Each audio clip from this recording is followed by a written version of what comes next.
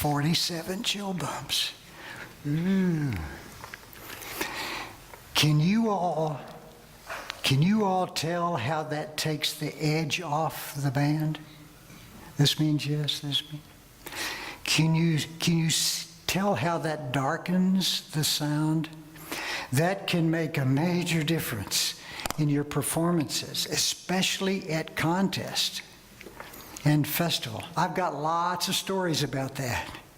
The most recent one was last February. I did a clinic for a guy in North Carolina, where I'm from.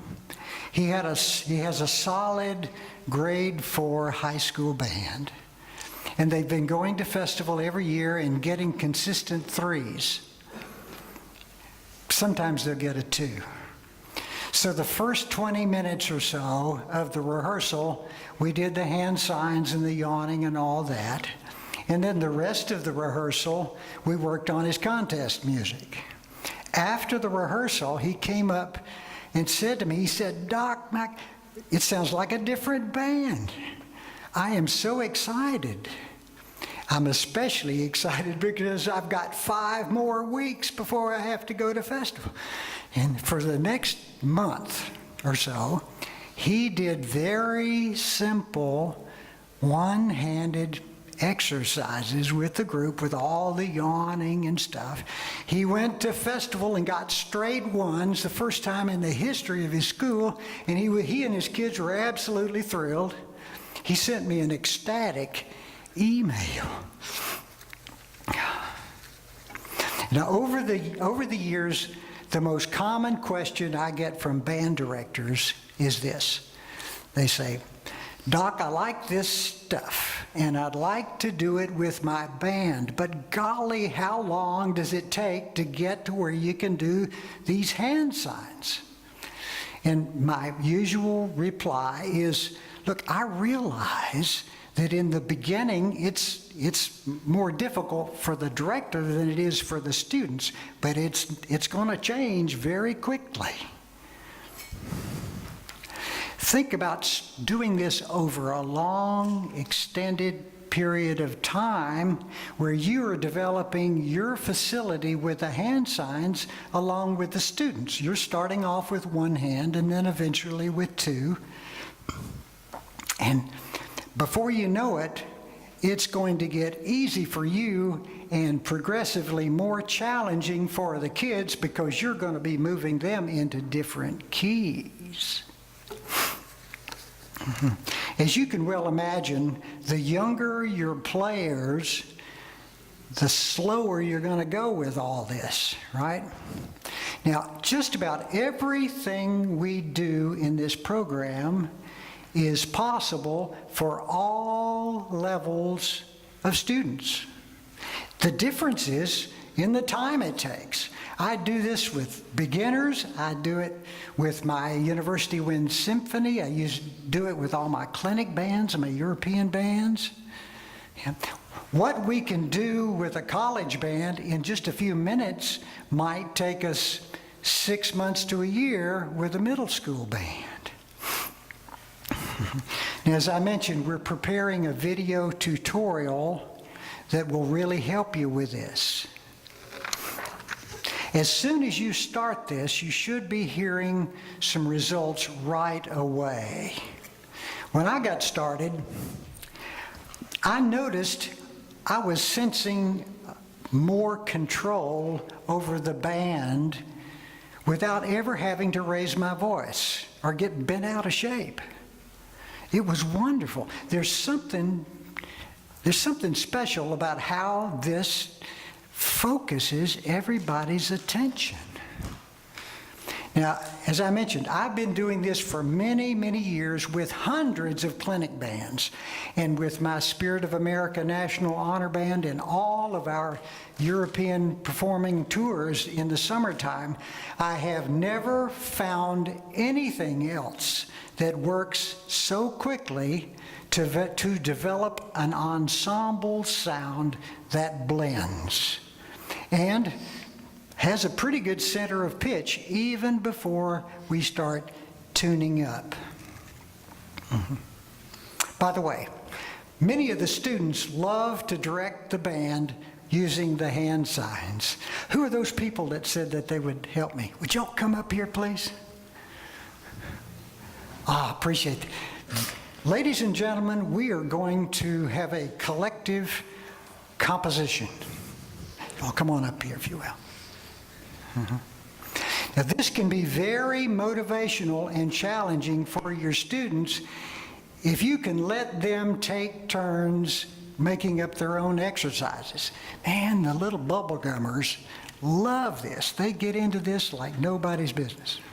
Okay, are you ready? All right. Now we're going to create our own melody. I'll start. I'll give the first two notes, first two hand signs. Then you're next, and then you do 2 and 2 and 2 and 2 and 2, and then it'll be back to Doc again, okay? And we'll just keep doing this as long as we want to, okay? Y'all play. And remember, anytime you're playing, we're going to be yawning, right? This is a warm-up time, right? Okay. I'll take the first two. Ready?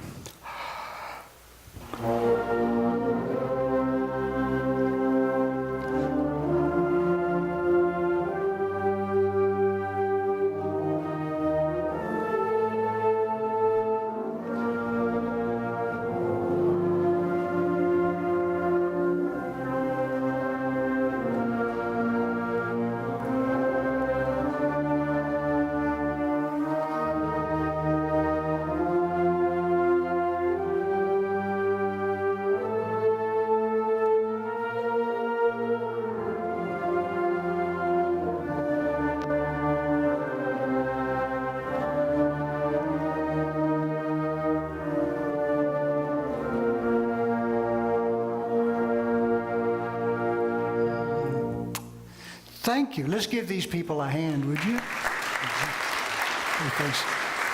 Thanks for doing this. We need to keep in mind that all our students are just like sponges. If they are motivated, they can learn just about anything and can learn it much faster than us old guys. Now, over time, as we continue to do these things, the pieces to the musical puzzle start to fit together for them.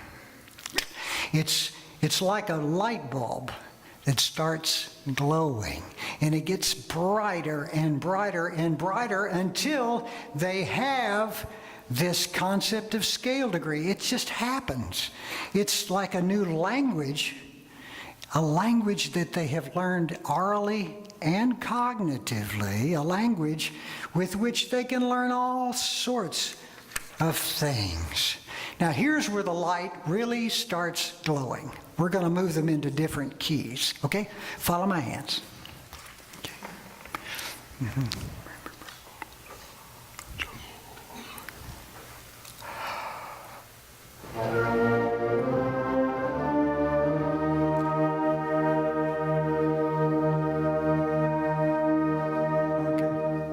Now what key are you in?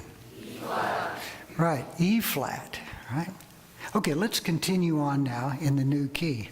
By the way, you might want to stop here and say, okay, what's your written key then, clarinets and saxophones? You see what I mean? You do a lot of teaching here, right? Okay, let's continue now in the new key of E flat.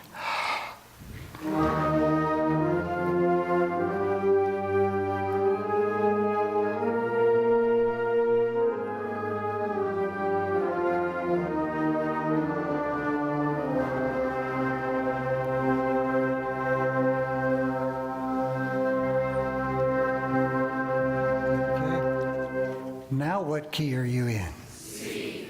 Right, concert C. Okay, what written key is that for you, alto saxes and bari sax? You see what I mean? Okay, let's continue now in the new key of concert C.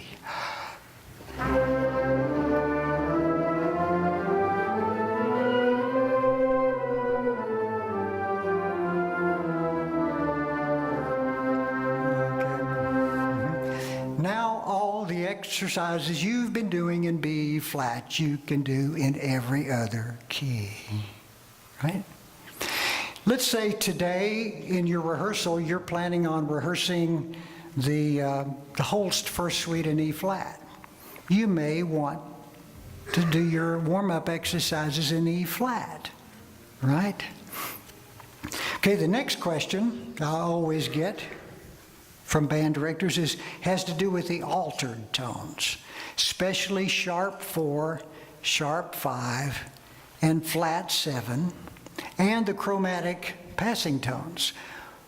Do we have hand signs for those? And the answer is yes and no. There are lots of hand signs. The Kerwin hand signs, there's 17 of them, I think. But for our teaching purposes, we only need 3 more hand signs. That's for sharp 4, sharp 5, and flat 7. And here's the reason. You notice that we're always using movable do, and almost always we're dealing with tonal music, aren't we? So typically when we encounter the altered tones, we're using them for leading tone in minor, right? Or for secondary dominants, or for modulations, key changes, right? So we just need those 3. So you remember fa, ti, do, ti, fa, mi. Now I'm with you. Fa, ti, those are the half steps, right, in the scale. And you notice that the finger, or in this case the thumb, points in the direction the note wants to resolve. Fa wants to go to mi and ti to do. So let's start with fa, and let's turn it over, and it becomes fi, right? Sharp 4, right? Now where does fi want to go? Where's this thumb pointing? To so. Now we have the most common secondary dominant, don't we? We have the half cadence on the dominant. So, mi, do, mi, so, do, mi, re, do, mi, fi, so. Have any of you ever played that tune? Okay, so we have so, let's raise the thumb like that. Now we have C, sharp 5. C wants to go where? Where's that thumb pointing? To La. Now we have leading tone in minor, don't we? Here's something really cool. Now that the students know Fi and C, we can teach them all 3 forms of the minor in 2 minutes, and they'll know it. They'll understand it. La, ti, do, re, mi, fa, so, fa, mi, re, do, ti, la, natural minor. La, ti, do, re, mi, fi, si, la, so, fa, mi, re, do, ti, la, melodic minor, ascending and descending. La, ti, do, re, mi, fa, si, la, si, fa, mi, re, do, ti, la, harmonic minor, right? See how easy that is? Okay, we have one more hand sign, and that's all we need. It's for flat 7. And don't go to sleep on me. You remember do, ti, let's take ti and take it down a half step and make it ta. Can you see the crook up here? Now where does ta want to go? Where's that finger pointing? To la. Yes, see how smart you are? And we have another tritone. Do, do, ti, re, ta, mi. Can you hear that tritone? Mi, ta, mi, ta. Where does it want to go? It wants to go to fa, la. Can you hear it? Can you hear the power of that tritone? Now we have 5 of 4. Another really common secondary dominant, right? Now, let me show you how this works with the band. I think they've done this maybe for 4 minutes. But it's easy now that they know these hands.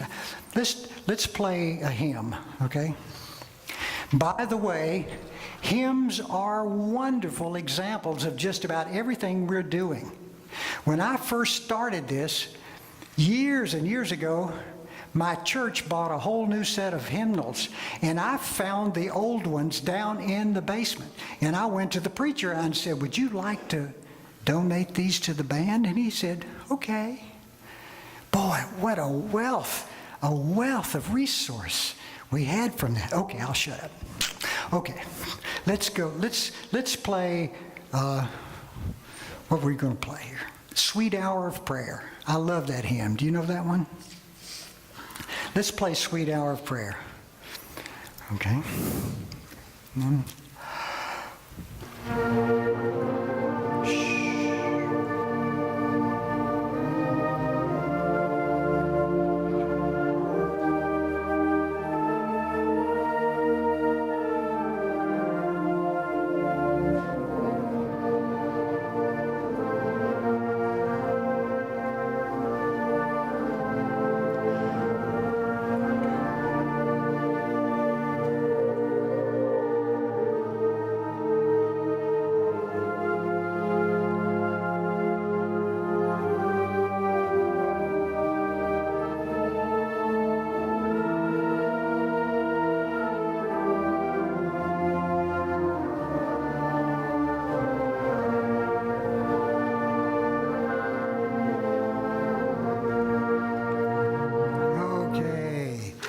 Very, very nice.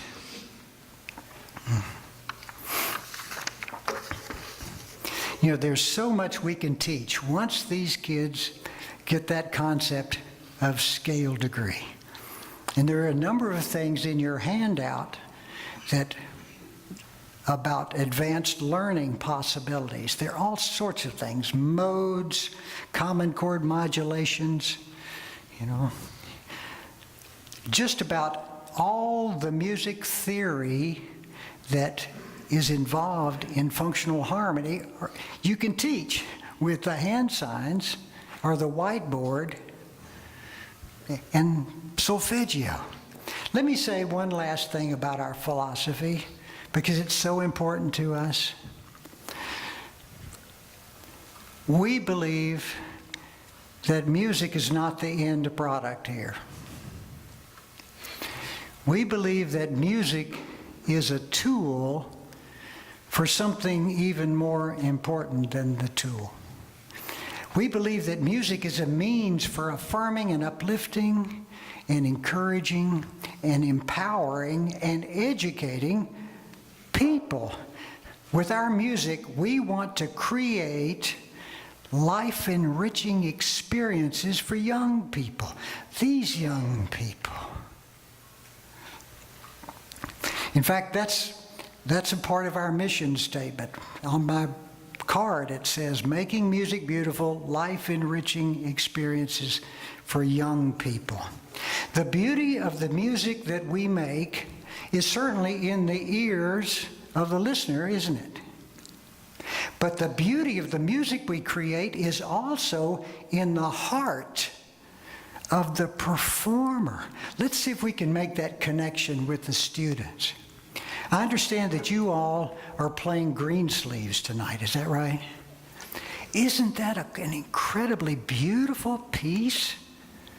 Oh, goodness gracious.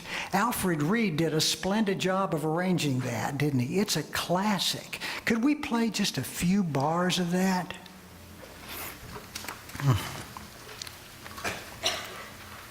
Now let's think of this not just like a bunch of notes. Let's think of it more like a living organism.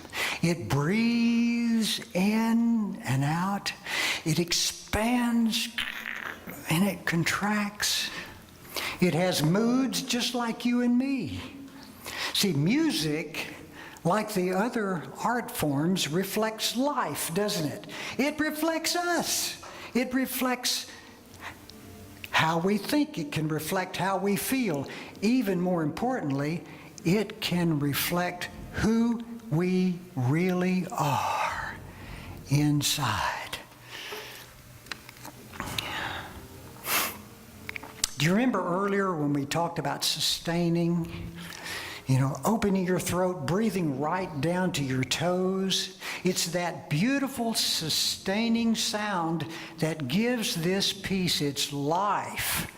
What we want to do is we want to stretch every note out as long as we possibly can. We want to give every note its absolute maximum full value, always concentrating on making the most gorgeous sound that has ever come out of your instrument. Could you do that? Of course you can. Let's play. What, 40, 53? Let's play just a few bars at 53. Who has the pickups? Okay, let's hold the pickup. Okay, remember. Now let's hold the pickup.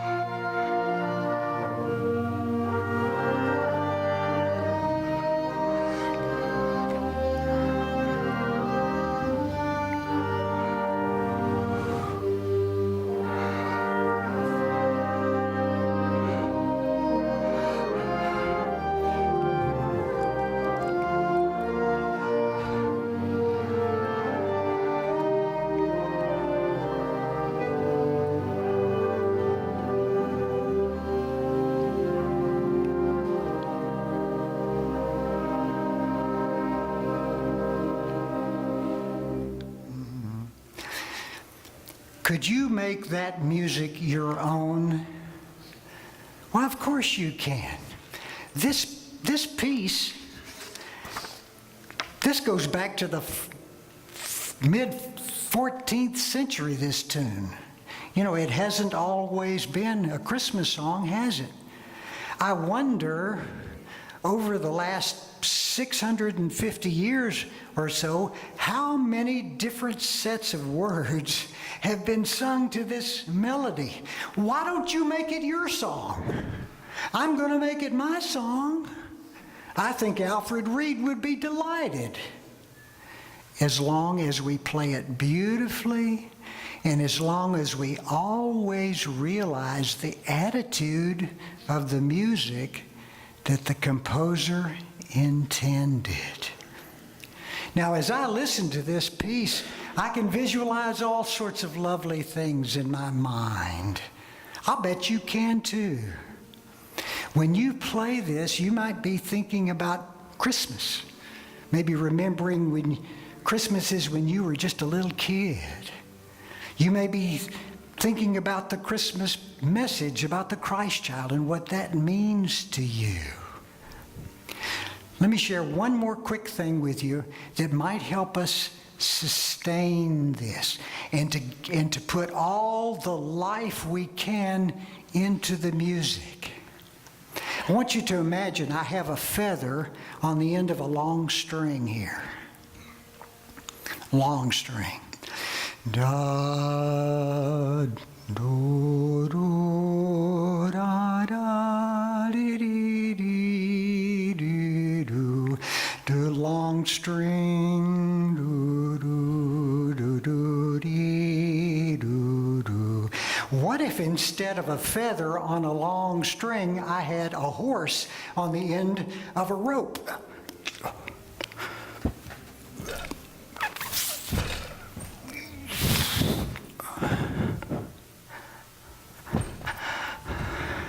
Now, I'm not suggesting that you play loud. I'm talking about playing with intensity. Intensity doesn't mean loud, does it? And haven't you noticed that sometimes the most intense communication can be a whisper. So instead of do dee do dee dee dee do, we're going to go da